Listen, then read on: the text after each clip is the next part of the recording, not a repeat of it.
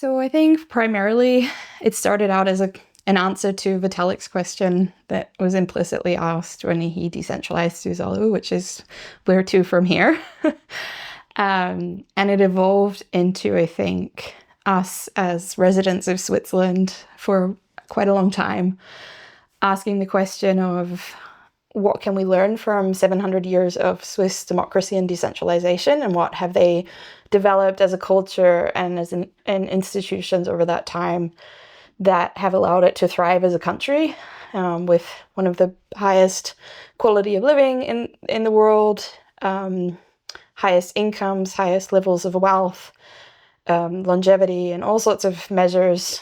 Also lack of corruption or very, very low corruption, all sorts of things that we would hope for in an ideal kind of utopian society or a utopian form of democracy and governance, and started kind of as how can we learn from that? And we were inspired also by the connection between Swiss culture and what Vitalik had written about defensive accelerationism and seeing the parallels there.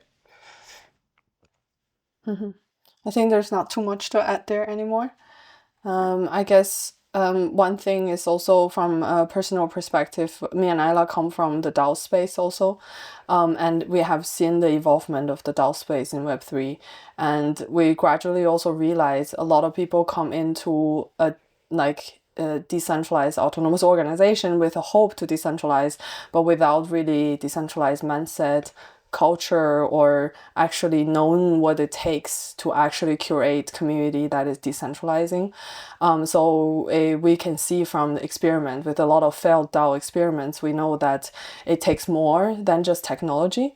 And this is also our standpoint why we want to make this bridge between real decentralized practices in Switzerland and also digital democracy that we are aiming for with DAO space. And I think this is kind of the bridge that we're trying to bridge between to balance from.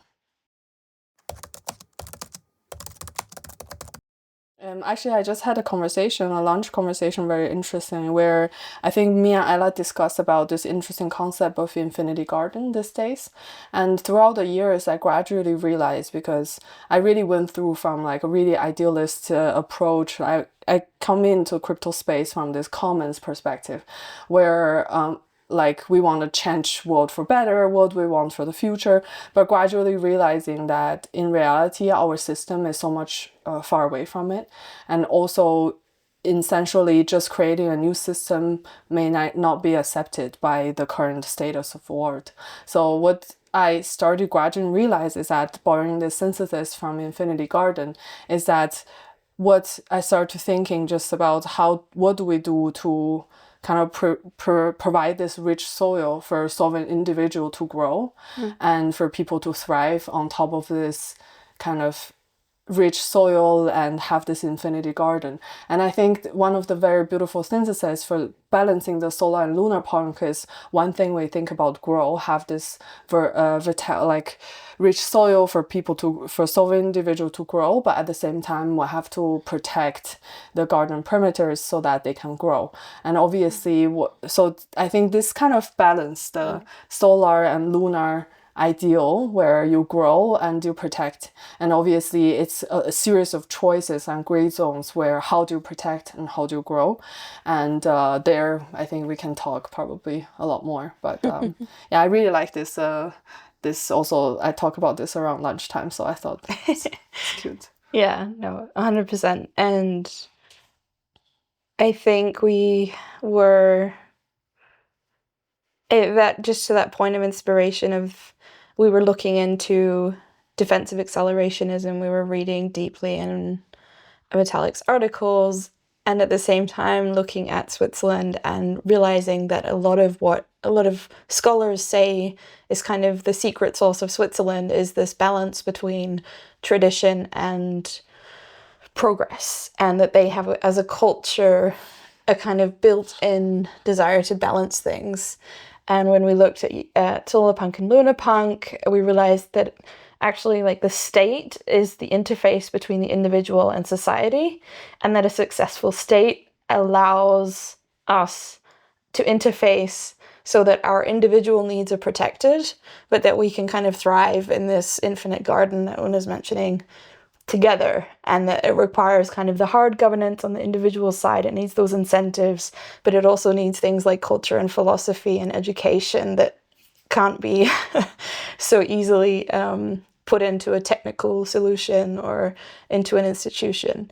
And that's, we start, just the more and more we've looked into that, the more that we realize the richness of Switzerland to kind of help scale defensive accelerationism as a leadership model and get it to more and more people around the world.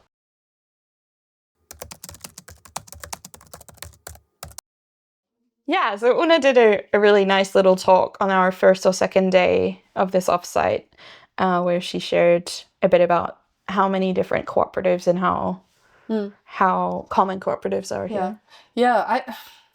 I think I speak from my personal experience, because the presentation was very short. I was only referencing some articles I've seen, so I didn't do a thorough of research on what really is deep into the cooperative, because as we heard from my friend Florian, who are very much on this democracy and organizational structure, for him, for example, Migros or the supermarket cooperative is a marketing cooperative. He think that, for example, the decision making is still very centralized. So this is, I would say, this is to be determined, to be researched on. But I can just tell you my first experience when I arrived in Switzerland. Because I have an architecture background on buildings and urban spaces and urban fabric, I was very, very amazed. I think every single one of my architect friends are really very amazed of the social housing aspect. We call it Genossenschaft here, which is, I really hesitate to translate into social housing, but this would be the translate that you got for, because social housing in the US and in China, for example, where I practice architecture, has this aspect of, you're only saving the poor, or like you're only saving the very people who cannot afford housing at all. But here, actually, the social housing is very much like a UBI concept, a universal basic housing.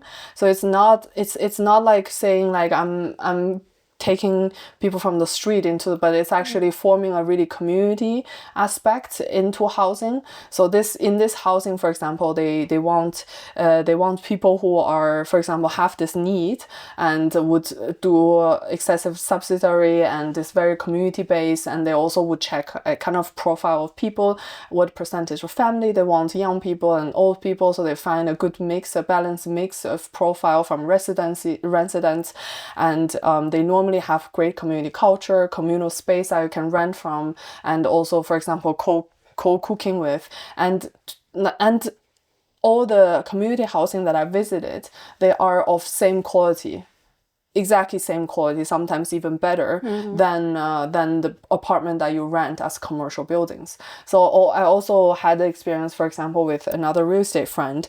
They said like they kind of social housing for them is kind of I cannot call it Robin Hood, but they actually make a lot less. So for them, in their profile, real estate profile, the social housing, they make less money, but get a little bit more subsidized from government, and they make a lot more money with a commercial housing. But because of government promotion of social housing, so they have to keep a certain percentage of profile in their profile that is social housing. So it's almost like, like that the people who can afford housing is actually not live better, but what they pay in kind of subsidize the profit for the company for the social housing. And I feel like this is actually a very interesting balance and a very interesting phenomenon in Switzerland. And expanding from there, not only architecture, you can see there's, I think Zurich at least, managed to manage their public space very well. So like, for example, people talk about all the public pool is one united public pool association, and you kind of buy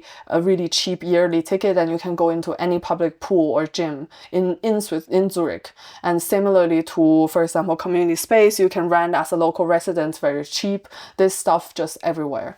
And this, I think, make you feel like you belongs to a district and you belongs to a community. And I think just have the sense of that you are part of the city and you're a participant instead of a consumer of the space.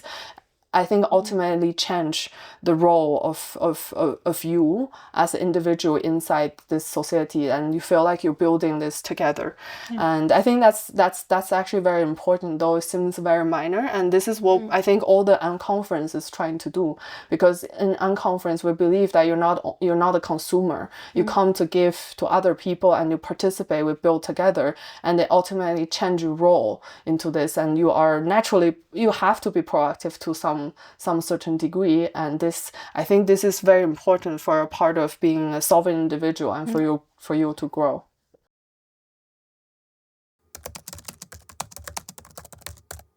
So I think it's really interesting. There's so many little details when you've been in Switzerland for a long time that you start to see.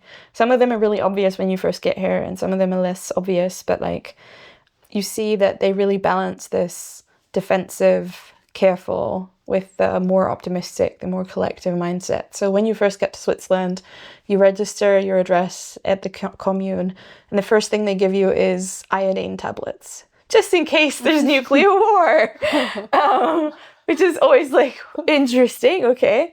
So that's like the defensive side, and every single apartment and building and house in Switzerland has a nuclear quality bunker just in case. And you have huge, like the mountains, and they have hundreds of thousands of bunkers in the mountains and all over the place, just in case something bad ever happens to Switzerland. And that sort of defensiveness allows them to also be very neutral and look after themselves as a society, because they're not constantly on the back foot, I think, or at least, that's sort of the perspective that I see. And then on the other hand, there's a lot of just really positive, optimistic cultural things. So like one of the aspects of Swiss society is they call the third sector, which is, and not the private sector, not the public sector, but the third sector, like maybe the social sector or the foundation sector. So there's a lot of organizations in Switzerland, foundations, associations, charities of different kinds that are supporting the private and public sectors in many, many, many, like countless different ways. And it's a huge sector here, and like a big part of being a Swiss citizen is actually contributing and being part of associations and adding value to your community in different ways. So I think like that's more that interface with the collective that we see, and that like it's the balance between sort of the more private and careful and the more progress and like how do we look after each other sort of mindset.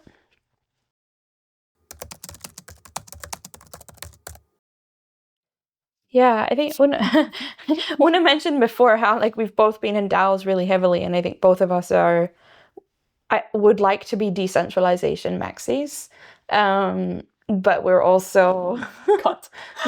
no. Okay, would like to be, not are. We would like to be, but I think we've both been in DAOs long enough to realize that it's not quite how it works, and. Yeah, I don't know. One thing we did set out to do, we said, a bunch of the other people that have done zoo villages there's been fighting within the core team really heavily. And we've said from day one, like, that's something that we would like to avoid. And there's also like this whole thing with Balaji of like network states. To have a network state, you need to have it be about 1 or 2 individuals that are like the founders. And we've been really keen to not have that be the case. So we realized that we have a role to play in putting this into the world and getting it to a point maybe of being somewhat self-sustainable. But we're also really not keen to become sort of founder personalities for this, but would much rather have this be a decentralized thing.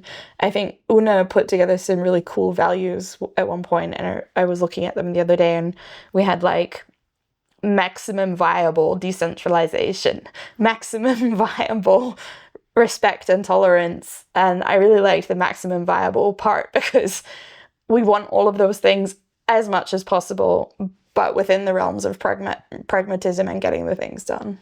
So I thought that was really well written. Yeah.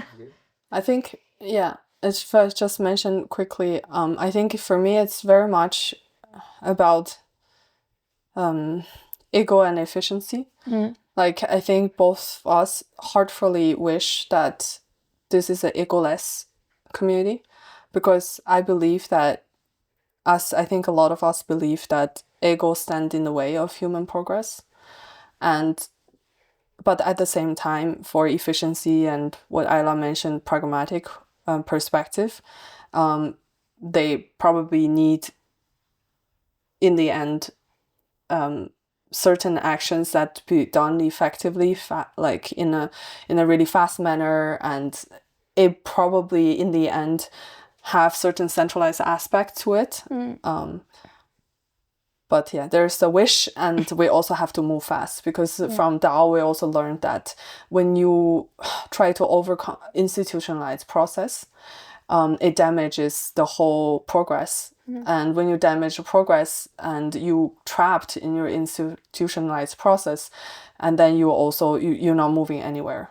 So, but full-heartedly, we definitely not for the, let's say, 1-2 founder pedestal, founder in the pedestal image. That's definitely what we're really neither of us like against, I think. Yeah. Yeah. And I think I want to add there as well. I think we see it as our role to do the minimum viable things to make this event possible, and just to put a blank canvas into the room and say, you guys come and paint on this canvas with us.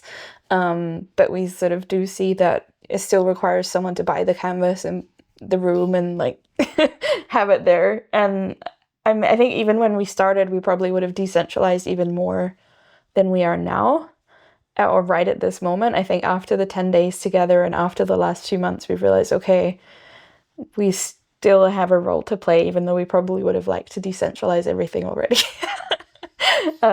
At least that's sort of one of my things reflecting now. We've just finished 10 days together co-designing in this offsite, and it's been amazing.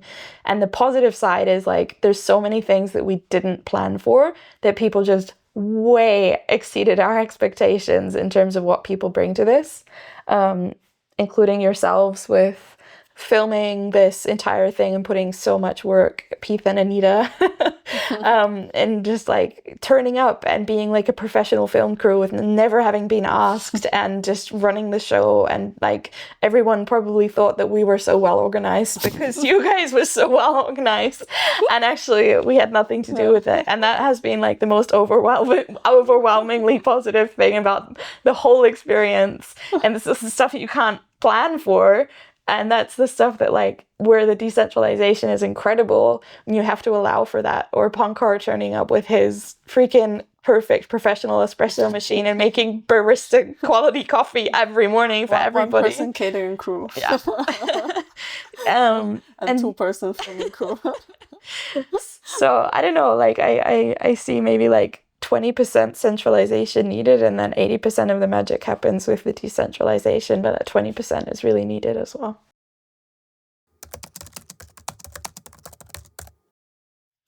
Yeah, sure. Do you want to? No, go ahead. Okay, so I'm just reading off the slide that's burned into my brain when we tried to map out. Actually, some of this stuff that really became our thesis around Zuitzerland happened because we were trying to figure out how to divide the tracks of the things that matter to us, and that became like a big thinking process. And that whole process led to all of this discussion on defensive accelerationism in Switzerland. And so now we kind of have this one slide where we say, okay, on the one hand is the individual, and on the other hand is the collective. And on the individual side is the Lunapunk, on the collective side is the Solarpunk, a bit more explorative, optimistic. And under those categories, you can sort of say, okay, on the individual side, we're talking about like hard governance, we're talking about incentive mechanisms, we're talking about X risk, and sort of this, how do we make sure that as individuals we're able to even think about other people? It's kind of the oxygen mask piece. And then on the other side is like Solarpunk, collective, philosophy, media, community, culture, UBI, soft governance, and stuff like that. And I'm sure there's a bunch of stuff that now I've said that Una is like, oh, and this and this and this, so please jump in. Yeah. I'm actually more thinking in a pragmatic way. Not only this is our main thesis, right? Like that, also around governance and this solar lunar punk. But besides this main thesis, I would just more thinking pragmatically. What are the other topics and tracks we want to bring in? But I think it's actually very much aligned with I think the current Zuitzerland protocol, like in the Zuitzerland protocol, it written, I think, how many tracks that you have to be in the event space that you have to be covered, at least 2 topics to be able to. I think all of this were interested. So you have the rationality, the AI, longevity, all of this that we're interested. Also, like that, also important to have a conversation in Switzerland. I think it's more of our interest. For example, I think longevity actually potentially could be a very big track for us because Switzerland has so many big medical companies, and it also has been actually Switzerland as a advertised as a high-end wellness and rehabiting place. So I think we can definitely, there's so much more to dig into that of how to rehabilitate, like or heal in nature.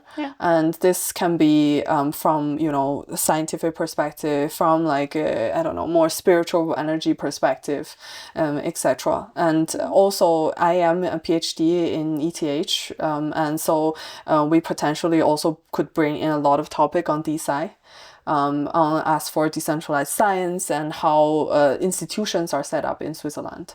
On top of that, I think AI, X risk, and also like I would like to see more art possibly. Like also we didn't had so much artists or musicians following, and at the bigger event, I think those side events could be more interesting for a lot of people. Yeah, I mean, one thing we didn't mention is that just a very, very core piece of our event and tracks will be how can we learn from Switzerland. So we'd love to bring in Swiss economists, politicians, people involved in public institutions or foundations, and really have that aspect as like a key red thread throughout the whole event, regardless of the topic. Yeah, definitely.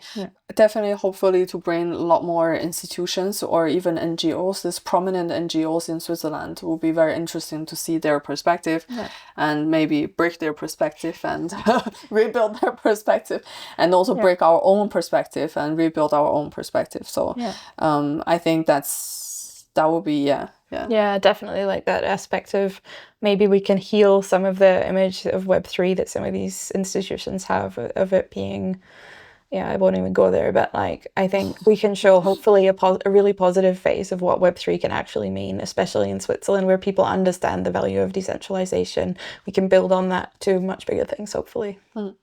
So I think similarly to this event, we see like a thread where it's about Switzerland and Switzerland thesis, where we're trying to, I guess, first balance lunar solar.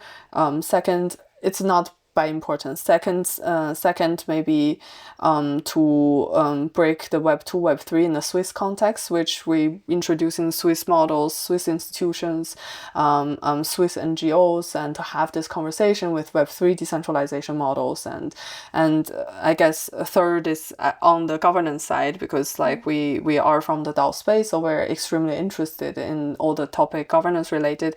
And then we would love to see that all the other tracks, like topics that in general in the space that about longevity, AI, X-risk, X-hope, what else, and all of this to thrive also as a track. So similarly, I guess, to this, we organize kind of one kind of consistent thread, and then the rest should be thematically thrive by themselves. And also see what emerges for sure.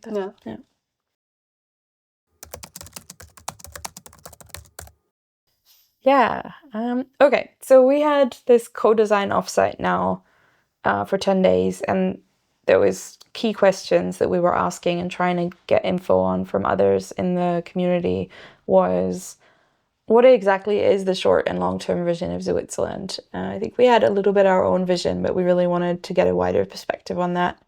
And so our initial vision was like, okay, let's accelerate the right kinds of leadership to a greater audience, especially in Web3.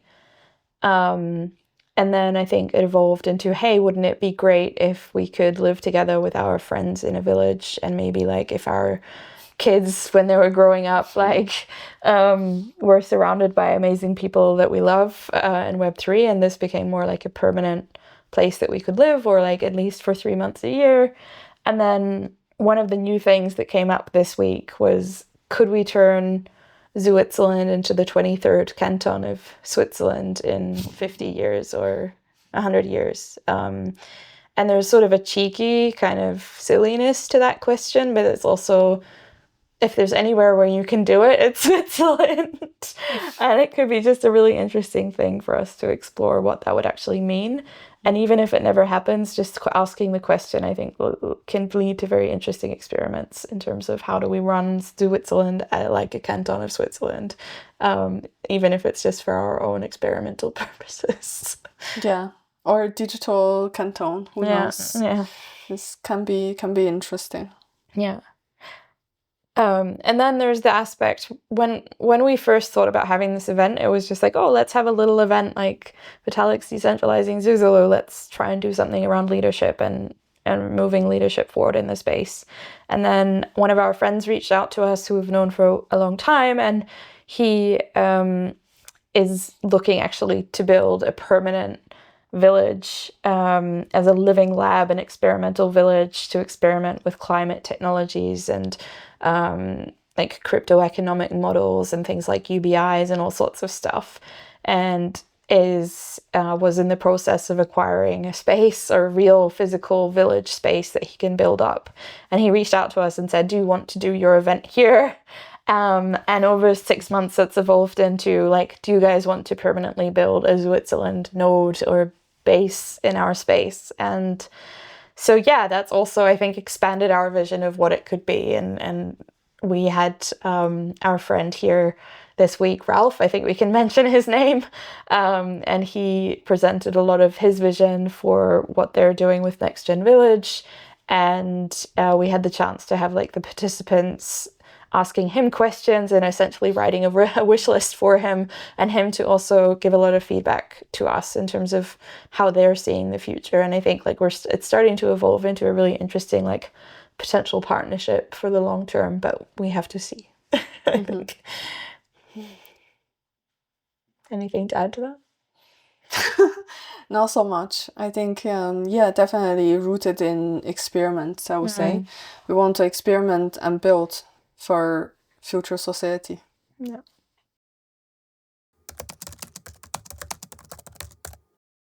So, I mean, just for participants, I think we are welcoming, like, I don't know, everyone who sincerely care about the topic that we care about. I think there's no, like, there's really little other things. In the end, I think what Zuitzerland is very exciting for everybody is that it's a place for inspiration. It's a place where sovereign individuals inspire each other and also care for each other. And so as long as you are like kind of sincere about your staying with a group of strangers together exploring these topics, I think you're welcomed. But as for like, obviously there are different levels of involvement. If you would like to, people would like to commit a bit more and obviously to do work, and then there's other expectations and other things that we just need to get done. And it's really depending on like level of involvement and participation, I would say. But in general, I think, yeah, everyone who want to get inspired and sincere about coming here is good. Yeah, we had a really good discussion on these topics as well, like how do we curate Switzerland and this week, and there were a lot of charged emotions around this topic of like, do we welcome everyone? Do we curate really toughly? And I think somewhere in the middle is probably the answer. I guess, and maybe this is just a personal perspective, what's important to me is that people are intensely nerdy about something and passionate about something, and that they also bring emotional intelligence to the table. And it's like emotional intelligence and stuff like that, people are generally on a journey, and not everyone's at the end of that journey, or none of us are probably at the end of that journey, but some of us probably have come further than others. And I think that's one of the nice things in Switzerland. Like, I personally have had a huge mental health journey and learned so much about myself because there's actually these services provided, and mental health is prioritized as well as physical and other kinds of wellness, and sort of going down a rabbit hole here. But I think, having participants who have a certain minimum level of emotional intelligence and tolerance is really important, because a lot of what we want to do with Lunarpunk and Solarpunk is actually have really different perspectives and have perspectives that challenge each other. And if you can't kind of challenge and debate in a respectful way, but also if you can't handle a bit of spice and challenge, then probably it's not the most ideal fit. So that's, I feel maybe that's a personal perspective, but I would add that. I just think it's a really tough question. Maybe what I want to add to it is that since, we choose to this balance task, which I would say is a maybe the hardest way that you can do this, which means that you actually want to have different voices and to be able to have the capacity to embrace different voices. So I think that's what Isla meant by that. You have to be, to a certain level, open to confrontation of your own emotions, even though it might not be super comfortable. So comfort is not the first thing that we wish to provide here. I think more, let's say, we said we want to experiment and build. So that's where you probably should have the alignment and the mentality to do this. So we want to experiment with different ideologies, different thoughts, different tech, and be able to build upon it, meaning constructive conflicts, and then we go somewhere together with this. And plus, obviously, a caring community. We're not a community. I'm kidding. Don't tell me, I don't know. We're figuring out whether we're a community. Yeah, but we're a community, but Switzerland is not a community. Thank you. Yeah, Burns would be so proud. I think a caring atmosphere, let's say. So in general, we are living together for like a couple months maybe. So still everybody has to feel safe, feel comfortable enough to have this constructive. It's not feeling comfortable that you're being served or you're being, you're on holiday, but it's comfortable that you can have constructive argument. And this mental safe, emotional safe space, and at the same time demanding your capacity to expand your safe space, right? Not saying like my safe space here and I provide you this much safe space. It's like we are providing a stage or a place for incorporating different opinions, ideology. I think these are ideal participants. I would say ideal participant that are able, but I think this is a lot to ask. So I don't think we request this from everybody. I think also it's a hard, even, I mean, personally, with some in this conflicting moments, I even feel cringe sometimes. So I would totally understand that people will feel at points in this discussion or in this course of development feel not 100% like comfortable. But which is totally fine. I think it's like you're trying to get comfortable with discomfort and have that space where you have the people that you love and trust enough to get uncomfortable with. Maybe. I don't know. Yeah. Right.